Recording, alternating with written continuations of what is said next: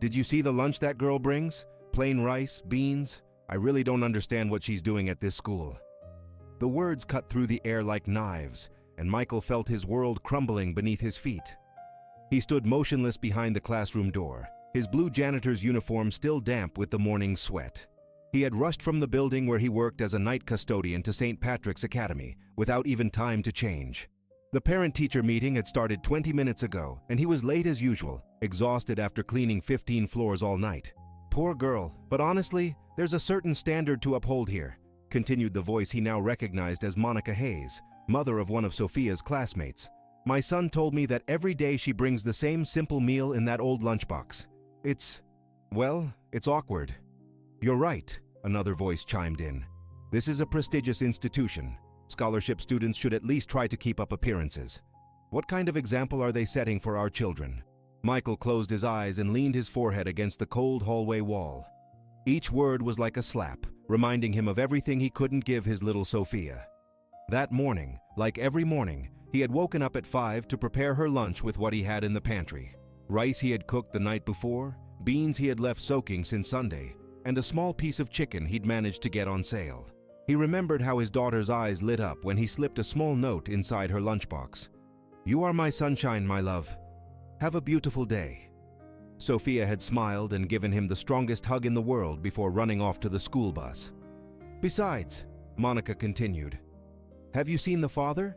That man always comes here dirty, smelling of cleaning products. Frankly, he makes me a little, suspicious." Tears began to burn Michael's eyes. 3 years had passed since he lost Carmen, his wife, in that terrible accident.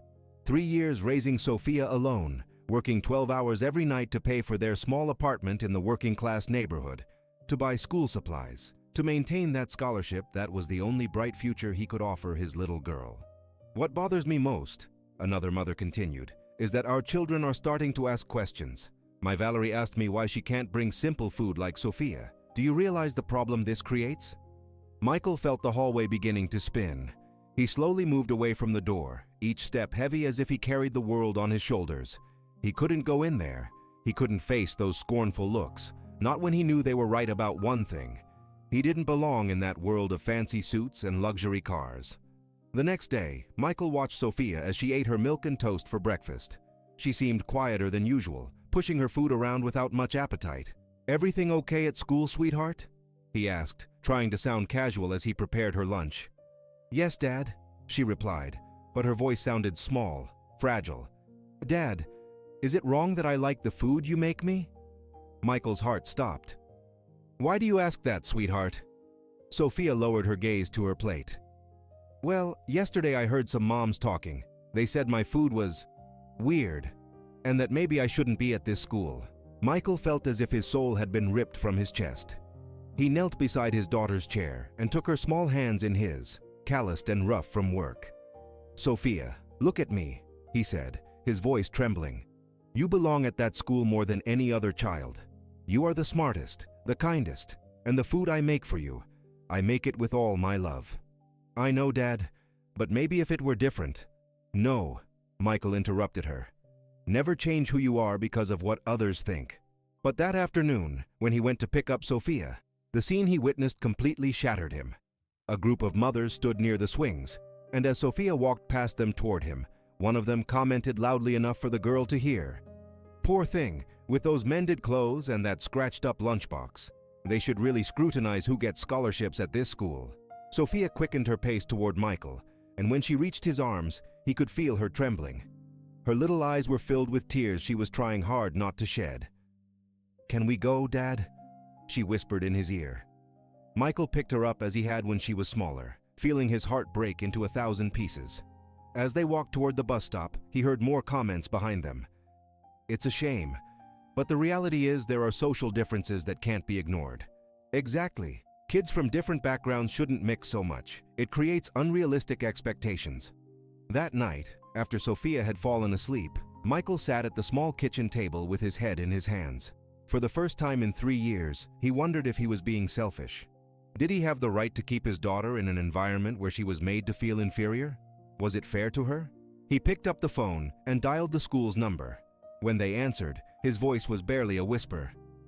Good morning, this is Michael Miller, Sophia Miller's father from 6th grade. I wanted to ask about the process for giving up her scholarship. Dad, I don't want you to do that. Sophia had heard the phone conversation from the hallway.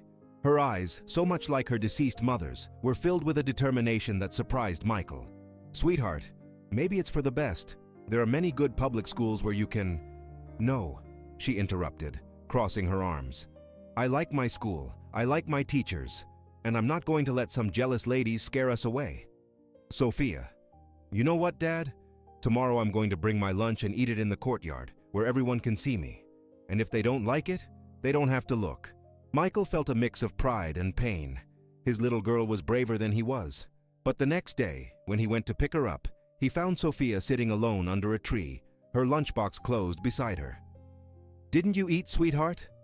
Sophia shook her head. Some girls came over and said my food smelled weird. They said I should go eat in the bathroom so they wouldn't be grossed out. At that moment, Michael felt he had hit rock bottom. All the humiliations, all the scorn, all the pitying glances converged into a pain so profound he could barely breathe.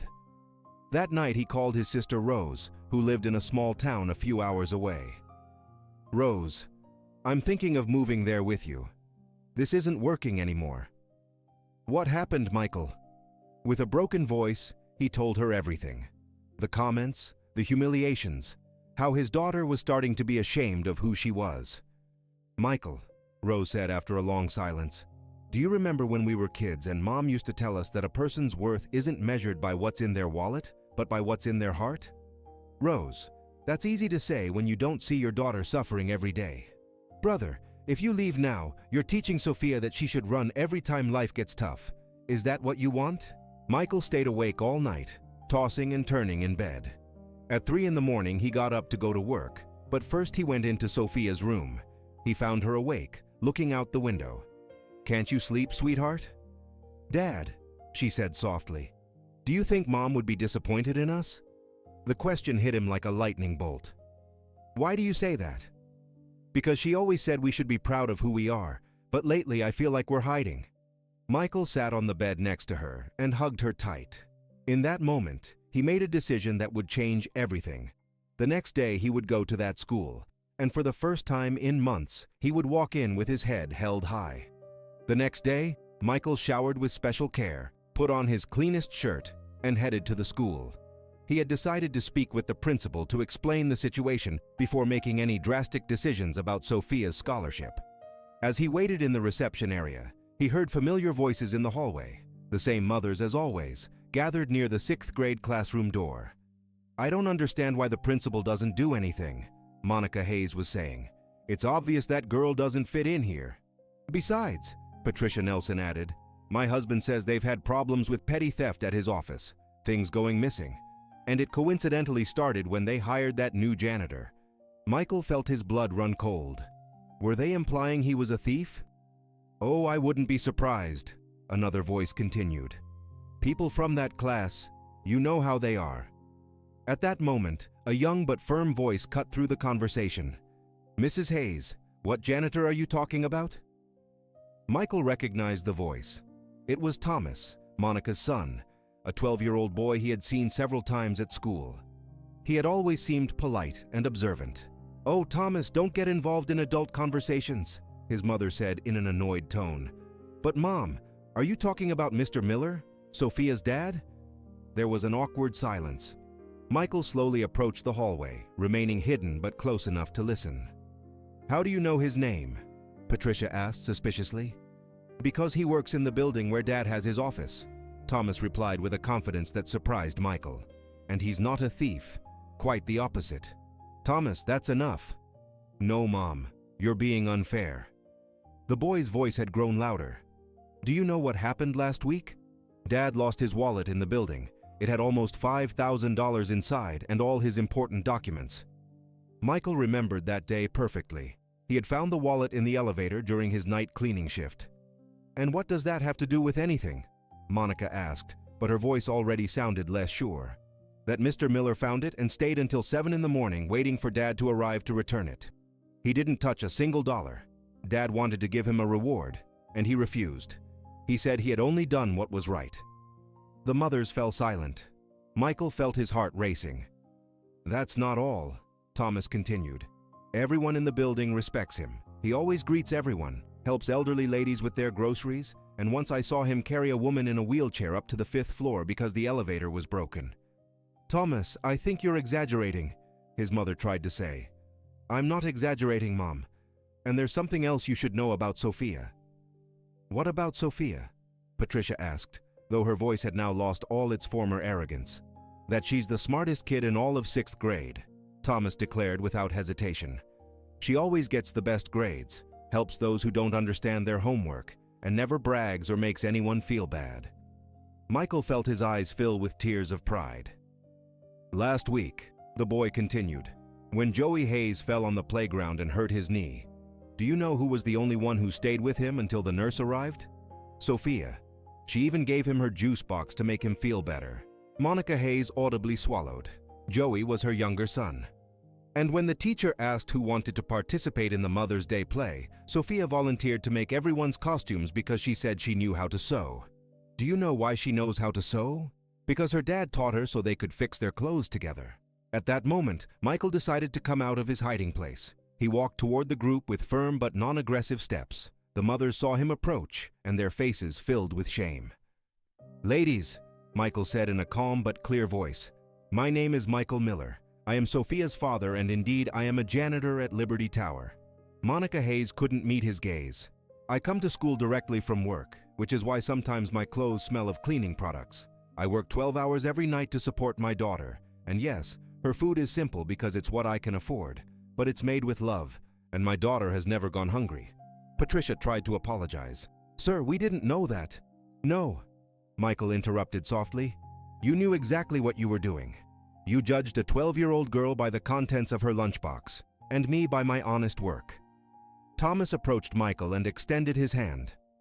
"Mr. Miller, I wanted to tell you that Sophia is my best friend at school, and I really admire how you're raising her on your own." Michael shook the boy's hand, feeling immense gratitude for this unexpected little defender. At that moment, Sophia appeared in the hallway, just out of class. Seeing her father surrounded by mothers, she approached with concern. "Dad, is everything okay?" Michael hugged her and kissed her forehead. "Everything is perfect, sweetheart." Monica Hayes approached timidly. "Sophia, I wanted to apologize to you, and to tell you that tomorrow I'd love to learn more about that rice recipe you make, Michael. Joey can't stop talking about how good it looks." "With pleasure, Mrs. Hayes," Michael replied. "And maybe Sophia can teach Joey how to sew someday. I think it would do kids good to learn how to make things for themselves." As father and daughter walked toward the exit, Sophia asked, "We're not changing schools anymore, Dad?" "Never, sweetheart. This is our place, and we're staying here." That afternoon, as they prepared lunch together for the next day, Sophia said, "Dad, tomorrow I'm going to eat my rice and beans in the main courtyard, and if anyone wants to try it, I'll invite them." Michael smiled, knowing he had raised not only an intelligent girl, but a brave young woman who would never be ashamed of her roots.